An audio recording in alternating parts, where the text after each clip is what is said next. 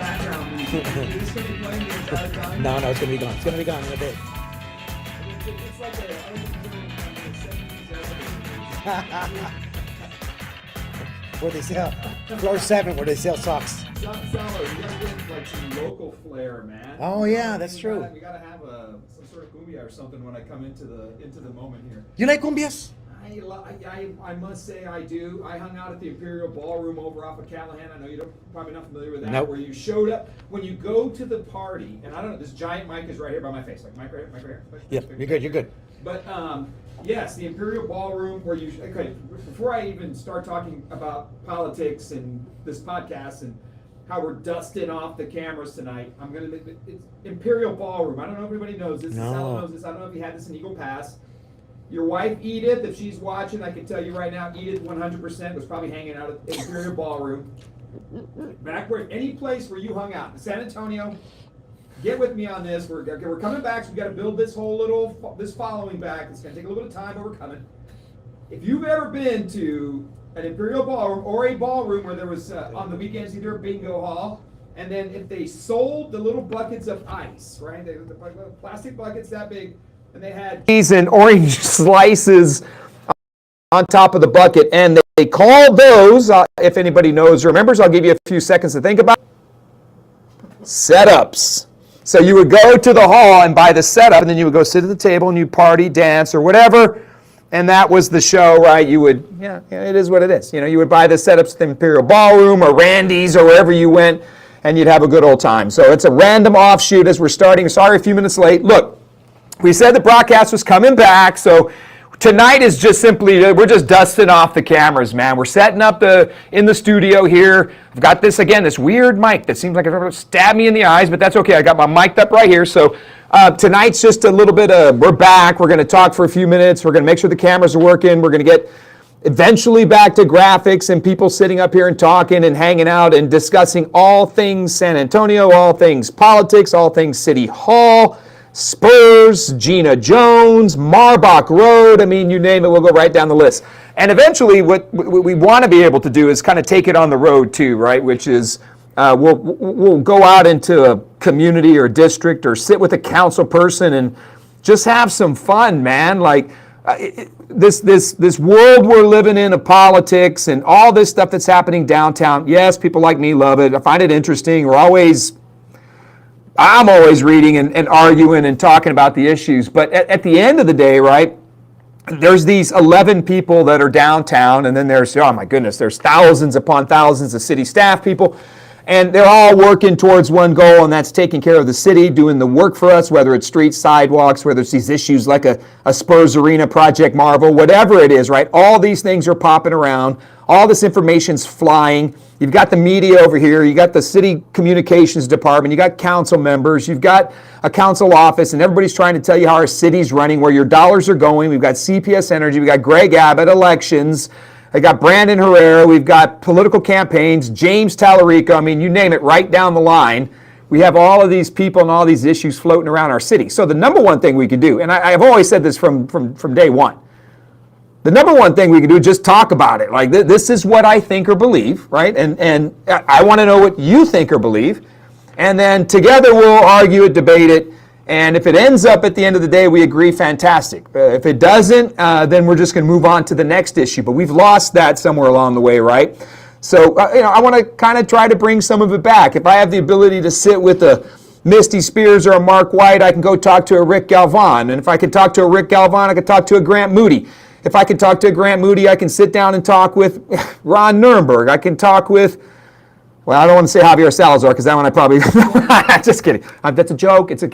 Look, got to have a thick skin if you're going to watch this. But bottom line is, there's going to be a lot of opportunity to have conversations and just get information out.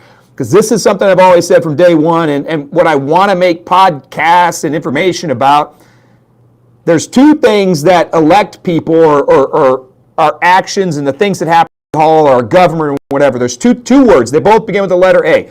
We're either getting stuff done in our community at City Hall or wherever based on action or apathy. There are two words right there. So the easy one, the action is we believe something, we go out, we advocate for it, we fight for it, and it becomes something. and you win a vote or you lose a vote, but there's action behind that, right? Like, people know where you stand, right? And if they know where you stand, because maybe you know the information, maybe you don't, but at least you get out there and vote, that's action-oriented. And then we elect people, and we start policy, or we enact policy based on the other A word, not what you're thinking, apathy. And what I mean by apathy is we do nothing. So you don't show up, you don't vote, you don't read the paper or your Facebook or page or cruising Ken's Facebook page and learning something about your city. You're so distraught or tired of it or disgusted by it, you tune out. So when you do nothing, things still happen. I kid you not. Just in case you didn't notice, you may not show up and vote or engage or be present, and you don't need to go down to City Hall at Thursday at 9 a.m. to vote or to sit in a city council meeting to be active. Your apathy elects people and allows policy to happen as well. So you got a choice as a citizen, and both of them I think need information, but you got a choice. Are you going to be active or are you going to be apathetic? Are you going to work hard or at least try to do something or figure it out? So at the bottom line, at least when you go vote that button, you push a button, you kind of have a little bit of idea what you're voting for, and at least you showed up to vote. Or are you going to sit over here, not do anything, not listen, not care, not get any information, and frankly not vote, and then most likely, if you're that person, somewhere along the week, any day of the week, you're complaining about something that happened at the city, your taxes, your property taxes, your red light bills because you got busted in balcony sides with a red light camera. I don't know if they still have red light cameras, but I mean, you get caught doing something, get a speeding ticket, you got a pothole in your street, something pisses you off, and well, you complain about it. And at the very least, those of us that are voting or trying to engage or do something, we're looking at you like, bro, like you didn't even show up, like you didn't even know there was an election. So you have the right as an American citizen, and I know even saying American citizen and rights right now pisses everybody off, but American citizens, you have the right to say whatever the hell you want to say and engage and do it. If you want to do nothing, do nothing.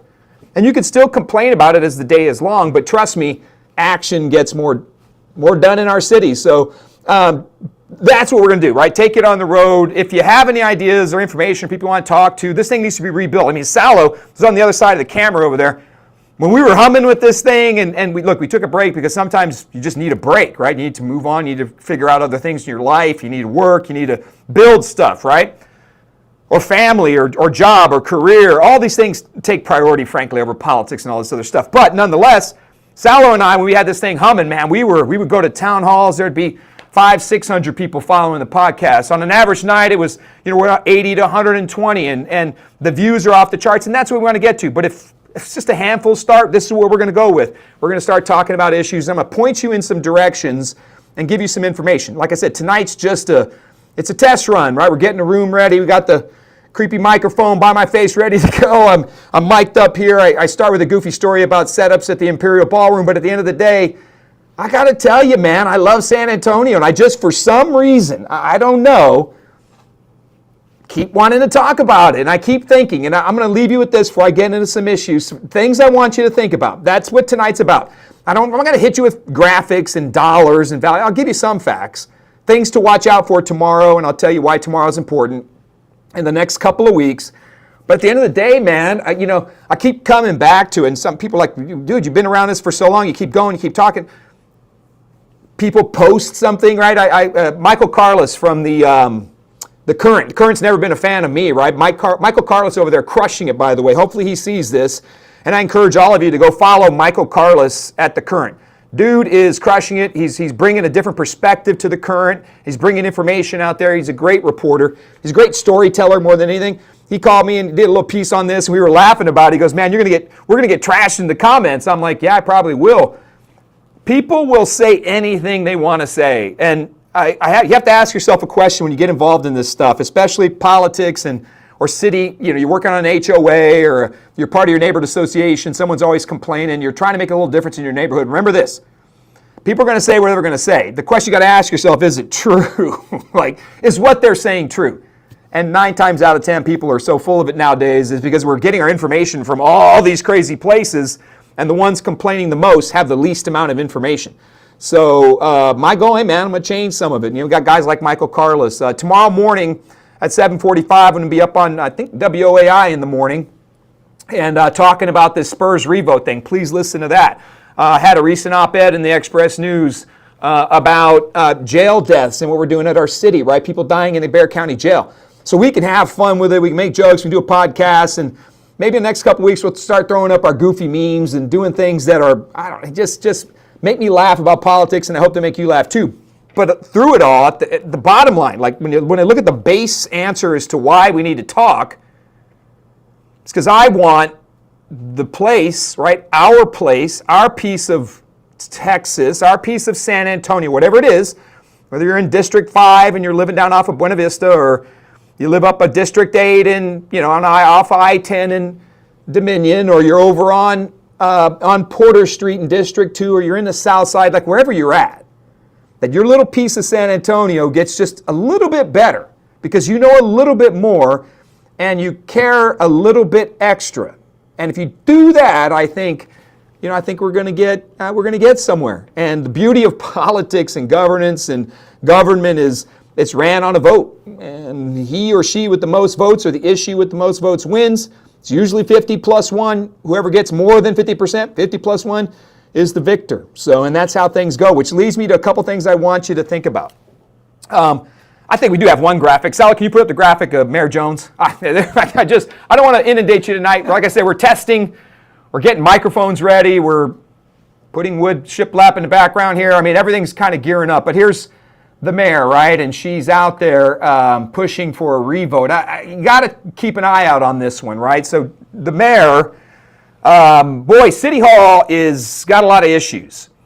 City Hall's always had a lot of issues, and some councils are more controversial than others.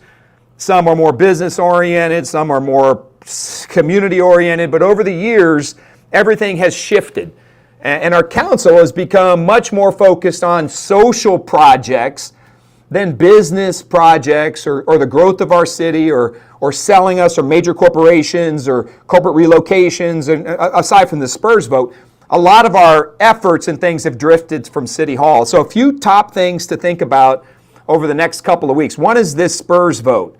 And I put out a weekly e-blast too, and I talk about issues, and I try to say things that are going on. And this Spurs vote is a really interesting little animal. And the mayor has, once again, turned around and made this, a signature effort. So we know that last year in November 4th of 2025, Proposition B, which was the Spurs vote, passed 52-48.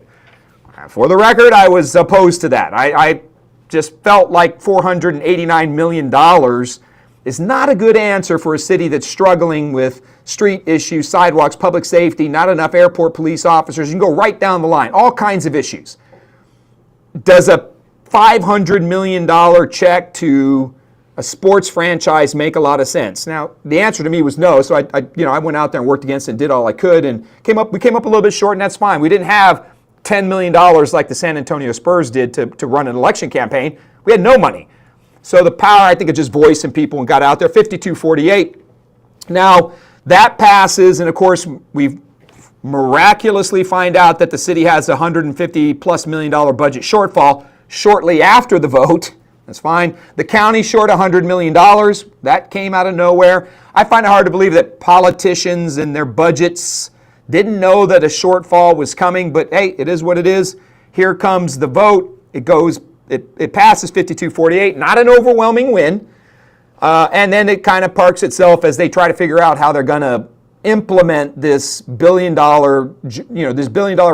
donation from the city and county to the San Antonio Spurs to build Project Marvel.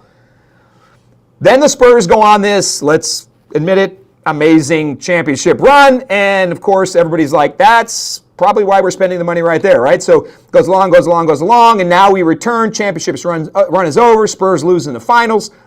And we have ourselves a position now where the mayor has revisited revoting on the Spurs election. Now, here's the argument. You got to form this for yourself. The mayor says that San Antonio voters haven't had their say because the San Antonio portion of that billion, the $489 million, that money is not voted on by people. it is voted on by the city council, and the bond mechanisms, the finance mechanisms, the finance corporations, they don't require a public vote. So $489 million was set aside for Project Marvel without a public vote. But elected leaders and the county and considered the vote at the county, which encompasses the entirety of the city of San Antonio, as the public vote on Project Marvel. So it passes with Proposition B 5248. If you remember, Prop A was the rodeo, and that passed slightly higher, but Project Marvel passes 5248. So there's a great story out on Ken's TV. Councilwoman Spears has kind of broken into the numbers. Check it out. Go look out Ken's. Look up on the Facebook page or their website. Councilwoman Spears did a little bit of work on it, really. Did some digging into some of the numbers. Ended up at realizing that the actual city voters in that number were 72%. So about 180,000 city voters voted in the Bexar County proposition vote. Now, the mayor's argument and several people who are calling for a revote believe that the citizens of San Antonio did not have a voice and they didn't know what they were voting for. So I think that's utterly ridiculous. Everybody in the entire city was sick and tired of the Spurs Project Marvel vote and the tens of millions, I think it was we'll leave it at $10 million they spent. That campaign was everywhere. Everybody knew Prop B was for the Spurs. So of the 250,000 people who voted in that election, follow me here. In November, 250,000 people voted. Of those 250,000, about 180,000 were City of San Antonio registered voters, about 72%.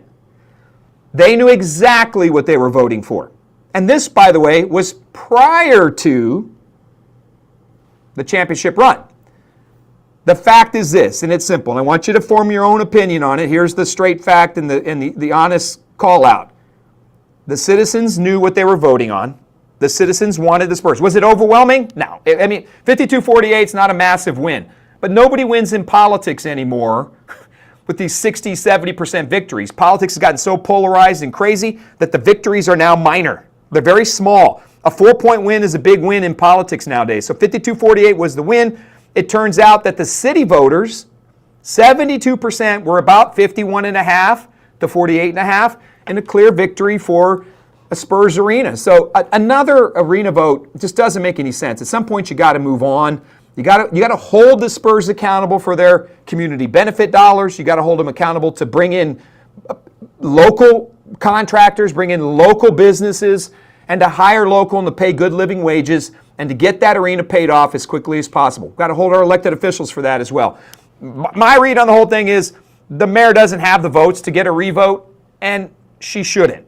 She's focusing her attention in the wrong area. The problem from the beginning is not the Spurs, and I'm never opposed to the Spurs. I'm just opposed to that level of spending because it seems excessive when we're all hurting. When I say we're all hurting, you could live in the Dominion or you could live on the southeast side of San Antonio over in Highland Park, anywhere, wherever you're living, Valley High, wherever. Your problems are your problems. Your front door issues are your front door issues. Are they magnified in value perhaps in other areas of town? Of course they are. But paychecks tend to get tougher to meet, right? Ends meeting. Your kids are probably in the same types of trouble, but they're handled differently or they're maybe not as dangerous depending on where you grew up in this town. There's a bit of a birth lottery to this whole thing. I do get this kind of feeling always that not everybody has the same shot in life, right? We don't always get the same opportunity. Sometimes where you're born makes a difference on how hard you have to work to get to the next level. I'm with you on that. I'm wanting to find ways to invest to help people of color, right? Our children advance. Our immigrant minority community, right? Our immigrant community, whatever your piece is in the world. We all want a better San Antonio for them, and $489 million could have gone a long way. But let's be real. That money was not allocated for that, was not voted for that, cannot be reprogrammed in its entirety for that. So the mayor is really pushing it. I think it's an unfortunate situation. R.C. Buford came out today and kind of rebuked her and said, hey, slow your roll. We've already voted on this. It's time to move forward with accountability. Easy for him to say when he's sitting on millions and the Spurs are a championship team worth $4 billion. Easy to say, don't worry about the dollar. My opinion is, though, the vote was made. If this went to another vote, I think the Spurs, I don't think, I'm pretty positive the Spurs would win even more than their 52-48. You don't go on that kind of run. We were so behind the Spurs that Southwest military turned into the war zone of old, man. You remember people are down there blasting fireworks, getting into fights. I saw people in alien costumes fighting with, wow, yeah, some Edgars. Everything got out of control. Everything got, I shouldn't have said Edgars. What do they call it? The Edgar, the Cuh, all right? The Cuz. The new emos. The new emos. The new emos. Mexican emos. The Southside emo. So, Mexican emo. okay. I got text message. Got a text message. But I got a text message? No, yeah. Oh, he's sending me a text. What? Oh, some comments. Salo and I, like so, we're revamping this whole thing here. Let's go. I'm so glad you're back. Anything as long as we can revote everything. She probably wants to revote the mayor. So that's what George is probably alluding to. Wants to revote the mayor. The Spurs will win a revote. That's the bottom line. We're just going to burn the cash. It's not going to happen. The Spurs got the victory. It's about accountability now. What we want to do, and this is what I want, George and Ray, what I want you to think about. Our problem is not the Spurs. I don't like the money. I'm against it. I was against Project Marble. Our problem is that $489 million was spent without a public vote. That's the problem. We have to change the way City Hall operates with our bonding and our tax increment reinvestment zones, our public finance corporations. Cheryl Sculley years ago, this is a history lesson, crafted a means so all of these financing programs, these bond programs, these TERSs, right? All these dollars, most of them don't require a public vote. Gina Jones would be well served. And she's already advocating for things I like. She's out there fighting, and I threw a lot of credit to the mayor. She's out there fighting to tear down long-standing funding for nonprofits that should be, frankly, self-sustaining. I love Gina Jones for going after Ready to Work. Cut Ready to Work. Nobody's ready to work. Like, I mean, I get it. We've employed a few people. They're strikingly failing at their numbers. We spend $100 million into homelessness, and yet homelessness appears to not ever be getting better. I drove up I-10 today, from downtown. There was a little village right there, man. It looked like there was 15, 20 people building their own tents. They had shopping carts. It was a little community right on the side of the highway. We've got problems, right? Ready to Work didn't answer them. The housing bond didn't answer them. And here we are, right, worried about the $489 million. The reason people should be pissed is that it didn't require a vote, period. Not the Spurs. I mean, we're going to piss off the Spurs. We can't lose the Spurs. I'll say that as the day is long. Not that we wouldn't survive without them. I just think they're part of such an identity of who we are. You can't cut that piece out. So we got to keep them. But I will always caution you, sports franchises do not make the future of a city. They don't fix it. They don't make it structurally any better. Children aren't out of poverty more so. Immigrants are not protected by the Spurs' victory or success. Our unemployment rates are not based on the San Antonio Spurs. I don't care if they bring $3 million in a weekend down to a downtown dollars. This is the dirty secret, and I don't want the revote. But the dirty secret is the Spurs don't do anything for us in the long run. They don't. Not the structural integrity and future and hope of our city. They don't. I'm going to leave you with this stat, and I'll tell you why. When the Spurs won their first championship, they were worth about $150 million. Before they won. That's what they bought them for, $150 million. They win 5 championships. They get 3 number 1 picks out of the lottery. They're the best run sports franchise in the world. They're worth $5 billion today. $5 billion. They're owned by, half of them are owned by people up in Austin. That's the thing that pisses me off. Shouldn't be playing games anywhere else. They should be playing them all here in San Antonio. No playing games anywhere else. We're paying for you, man. But $5 billion they're worth. Our poverty rate is the exact same. It's not the Spurs' responsibility to lift people out of poverty, but they sold it to us like they should. They sold it to us like doing this is going to elevate us, and the taxation and the money to down. It's going to be amazing. We should be pissed about that. Sports franchises do not make communities financially more stable. They don't build lives. They don't keep children safe on the streets. They don't do anything. They don't hire police officers. None of that crap. The vote needs to just go away at this point. We need to dig in and hold the Spurs accountable for what they promised us. We need to hold City Hall accountable to it. The Spurs would win a revote by a larger margin. We need to focus on the things that matter most right now, and that's fixing in the future. Fixing for the future, so that no other vote like this can happen, no other expenditure. You can't go spend $200 million and do this without a public vote. I would wish there were do-overs. I lost the mayoral election by, 1,300 votes go the other way, I would have been mayor. Closest election in the history of the city. Would I have wanted a do-over a month later? Yeah, I probably would have won if I had another few more days. I don't get the do-over, man. 50 plus 1, it's over. Like, that's the scoreboard. People knew what they were voting on. The mayor needs to let it go. The mayor's right on a lot of other things, so let's give her some credit where the credit is due. We said it earlier, ready to work. Watch where that goes over the next few days. People are going to start arguing about ready to work. They're going to start arguing about these nonprofits as we go into the budget season. Tomorrow is the first city council meeting back. They take a break every July. They're gone for the month, no meetings. They take vacations. The city staff works on the budget. The budget starts tomorrow, the discussions, and it runs through mid-September and then an October implementation. The next few weeks are going to be all about who's going to get cut. And man, Gina Jones is going after it, right? And you got to love what she's doing. And people are like, man, she's not making no sense. She's going after the book festival. She's going after all these places and all these people. She's speaking to, number one, people who got her there, right? She obliterated Rolando Pablos, beat him by 8, right? That was the Republicans' number one candidate. Couldn't have been any better Republican. Spanish, bilingual, I mean, you name it. Business leader, worked for Greg Abbott. Very well formed. Well-formed candidate. Got destroyed. So Jones did not just accidentally become mayor. Now she's speaking to conservatives and Republicans. Keep an eye on where she goes with this.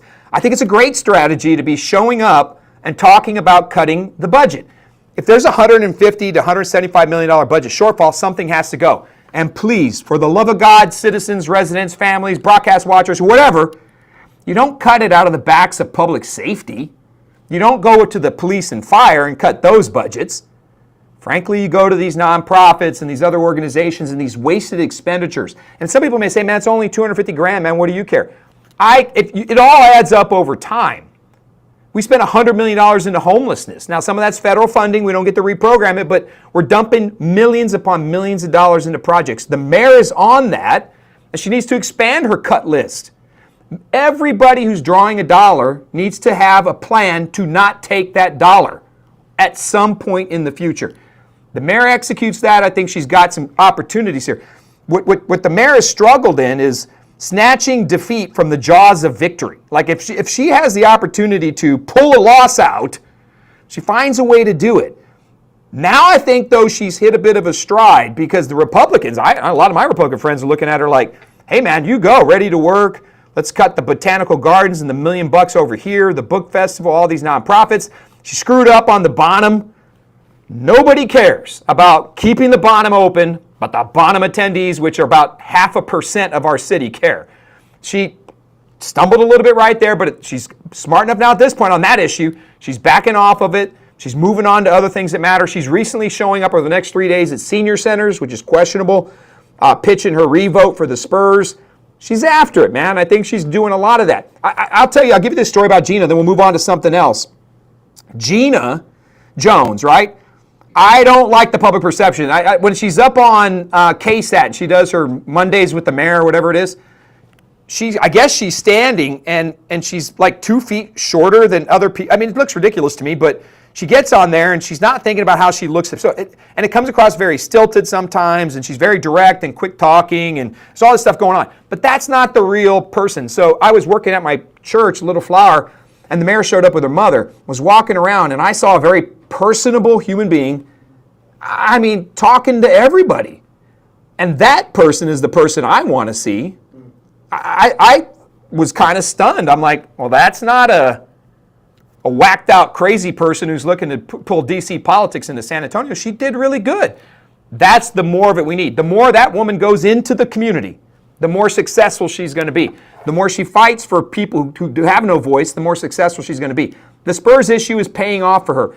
But in politics, as you push, and fight, there comes a point where you got to dial it back. Like, you got to know you've made your point, you've got your votes, you're going to get a vote, she's going to lose the vote most likely, but you got to know when to pull back.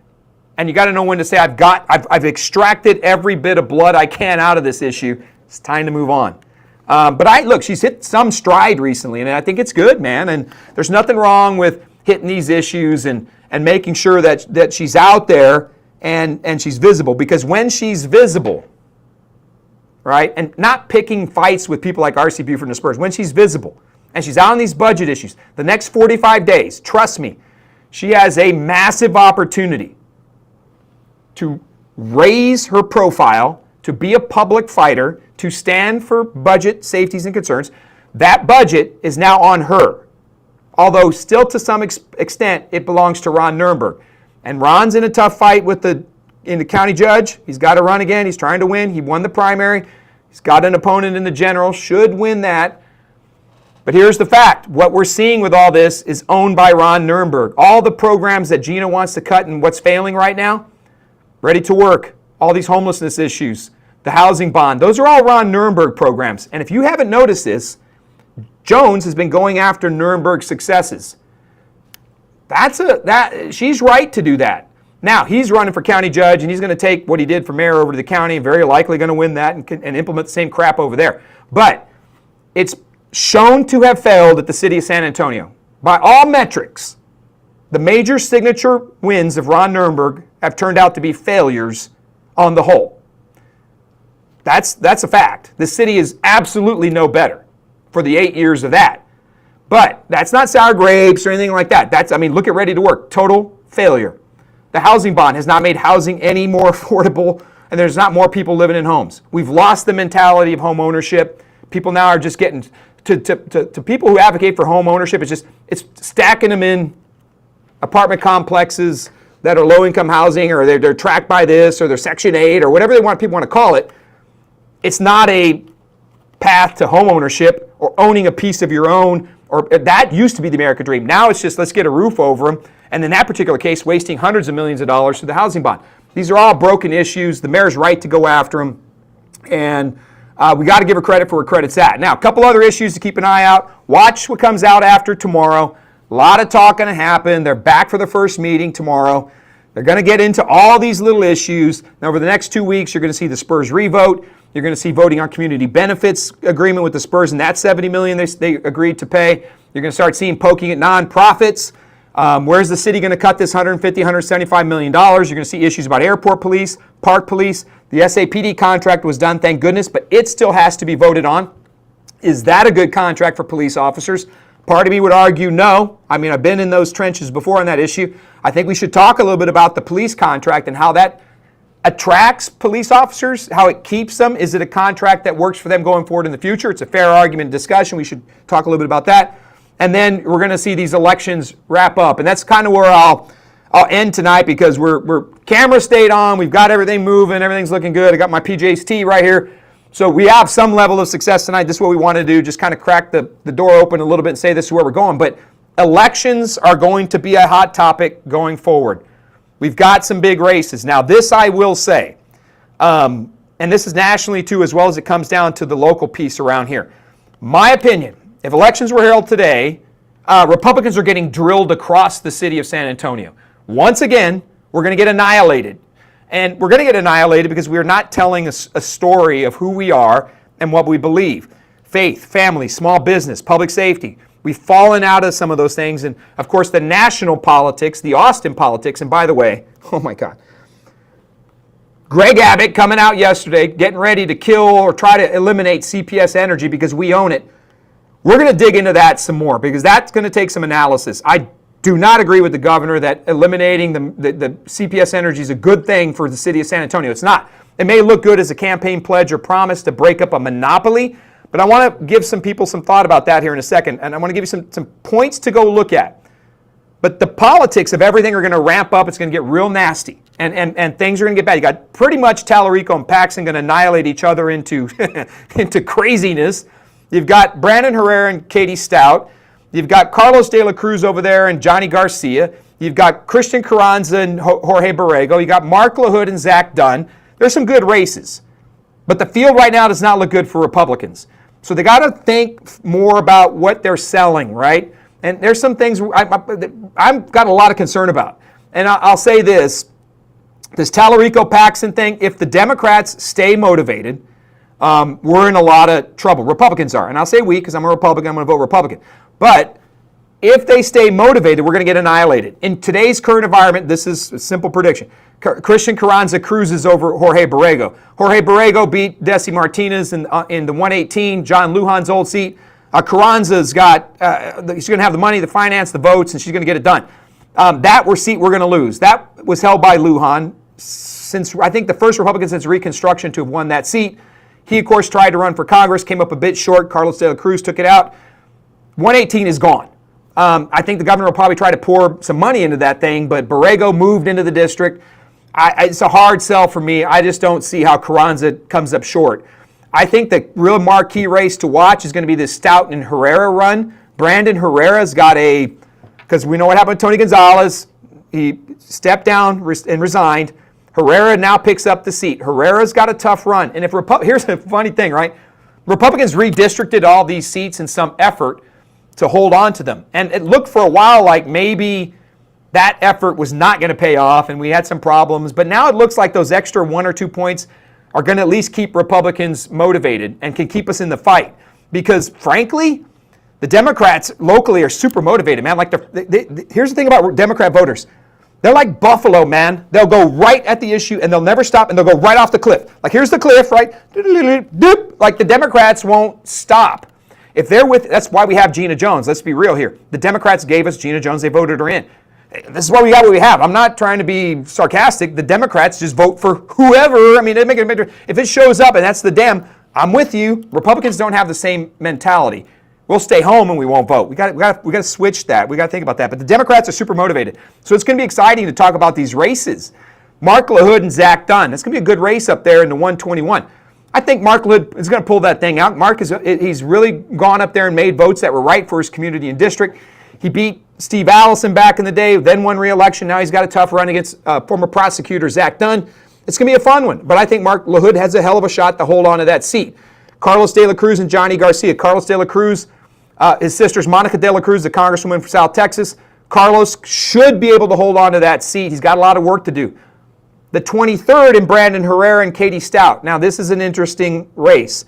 Brandon Herrera is 30 years old, got a history of some pretty wild podcasting comments. I mean, but this is interesting. I was always a Tony Gonzalez supporter, so I started looking at Brandon, and I've met him personally. In person, we've talked, and he's not the person that the caricature of the YouTuber online. If that Brandon Herrera shows up, we're going to hold that seat. Katie Stout is not, in my opinion, frankly, I think the candidate that could take Brandon Herrera out or could win that seat. I think it'd be competitive for sure. But I don't think that's the person to take out of Brandon Herrera. That seat got a little more Republican, but man, it's going to be a good fight. So can Brandon Herrera, actually Brandon and Carlos de la Cruz, both of these two candidates, they got to hold their seats. Frankly, we're going to lose the House most likely, right? Obviously, President Trump's not had a very good year when it comes to his ability to hold on to the House of Representatives. Chances are we're going to have Speaker Jeffries, pretty high chance.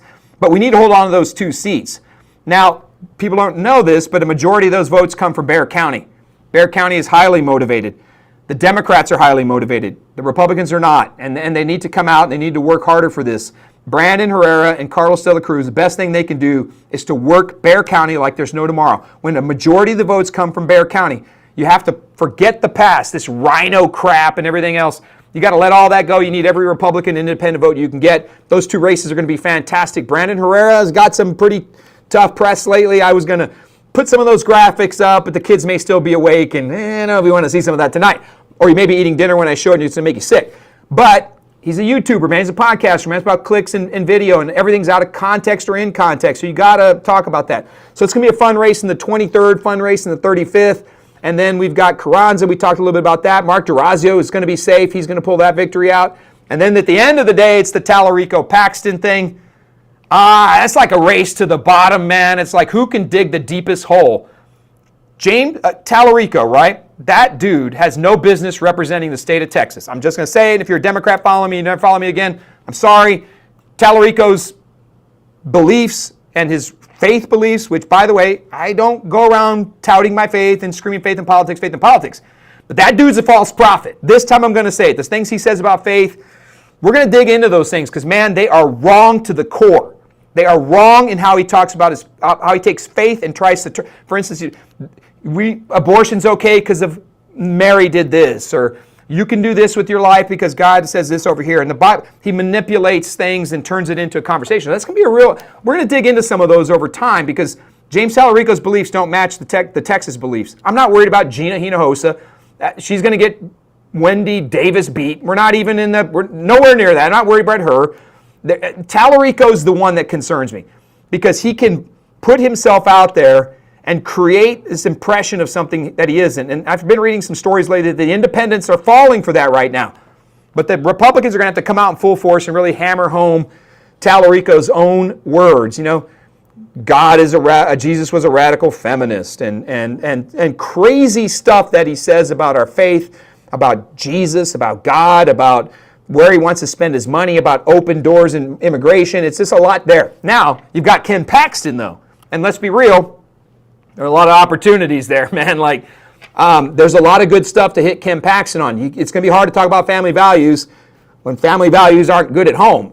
So we've got to get Ken Paxton out there, and people will vote when they see him. Those 3 debates, I think, are going to be critical. I think it's 3 debates they've agreed to. I saw it somewhere to see if it actually firmed up. But to see Tallarico and Paxton going one-on-one, I'm like, oh my gosh, this is going to be made for TV, right? Like, these 2 dudes are going to be attacking each other, and they've been doing it well, but it's going to get in the gutter and going to get in the gutter fast. But statewide, that all drips down to us, and it trickles down to local politics, and it motivates the Democrats. Got to give it to the Bexar County Democratic Party. I don't like to say this, but they're motivated, man, and they show up, they vote whatever, with that party line, they stick to it. Republicans need to figure it out. I think we've got a lot of interesting energy and opportunity there to have a great talk on politics. So that's kind of it as a whole.